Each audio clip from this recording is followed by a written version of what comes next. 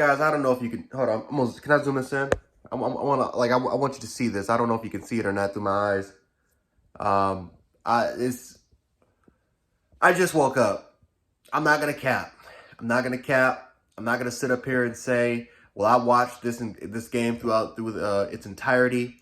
I'm not going to sit up here and say that I watched Stetson Bennett have 6 total touchdowns. I'm not going to sit up here and say that I watched Georgia lay the greatest smacking, ass whipping in a national championship game in the history of the sport.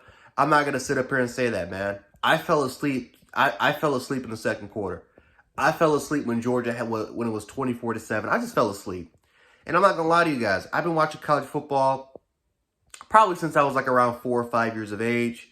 I've watched pretty much every single national championship from when I was 4 or 5. So this is what was from 2000. I want to say from 2002 or 2003 all the way till now. My first national title was watching Ohio State beat Miami, which was still hilarious. And obviously we get to this point where I watched the Georgia TCU game for a little bit. But throughout pretty much all those national titles, I've watched every single one of them from start to finish. I can tell you every single thing that happened in that Ohio State-Miami game. Even as a 4/5-year-old, I remember pretty much practically everything. This is the first time that I think I've slept through a national championship. The first time in college football I have slept through a national title. That's how boring and that's how dominant Georgia was. But that's how boring this game was. Seriously. And I've watched Bama destroy Notre Dame, and I watched the Bama-Ohio State game where Alabama could have put up 60 points in their sleep if Devontae Smith never would have got hurt. I've watched, I'm trying to think some others. I mean, we got the close games. We got the Bama Clemson and obviously the Bama Georgia. I mean, we've had others, Bama Texas, Bama LSU. I mean, the list goes on and on. But I've seen dominant victories. Again, LSU's victory was really good against Clemson. I mean, guys, you might have to go back to, I mean, USC beat Oklahoma. I remember 55-19. But guys, you're gonna have to go back to You're gonna have to go back to Nebraska as far as like this dominant of a victory. Like this was insane. I will say this, man. I said this last year, and I'm gonna say it again. Georgia's the new standard of college football. Bama fans can be pissed at me for all I want. I know Nick Saban was when David Pollock said it right literally in his face. But they're the new standard. Back-to-back national titles, and they did it with a walk-on quarterback. The funny part is Georgia could have put up 80 points in this game. They left a lot of points in the first quarter. They could have put up 80 points if they wanted to. But they're the new standard. And it's not just from a quarterback standpoint, because listen, Stetson Bennett, I don't care how many people are going to get mad at me for saying this. He is the modern-day version of A.J. McCarron. He is what A.J. McCarron was to Alabama, because no one thought that A.J. McCarron was going to start over Phillip Sims. Let's be honest. No one thought that he was going to start over Sims, who was another 5-star quarterback. A.J. McCarron became the guy, and he won 3 national titles and back-to-back national titles from 2011 to 2012. And very similar, because in 2012 did it in dominant fashion against an inferior team that no one thought should have been there in the first place. Remember, everyone kept saying the national title was Alabama versus Georgia in that 2012 SEC championship game, and I absolutely agree. Because if Georgia would have won that game in 2012, guess what? The result would have been the exact same. Dominant fashion over Notre Dame, who should not even been there. But I will say this. This is exactly why the playoffs need to be expanded. And I'm not just saying this because I'm a salty Bama fan that didn't get in the playoffs. Because everyone knows if Bama would have made the playoffs, it would be us versus them for the national title. Will we have won the game? I'm not going to sit up here and say we would. But everyone knows the game would have been at least competitive. Everyone knows at least that Georgia's not putting up a 60-burger on us. Well, everyone knows this.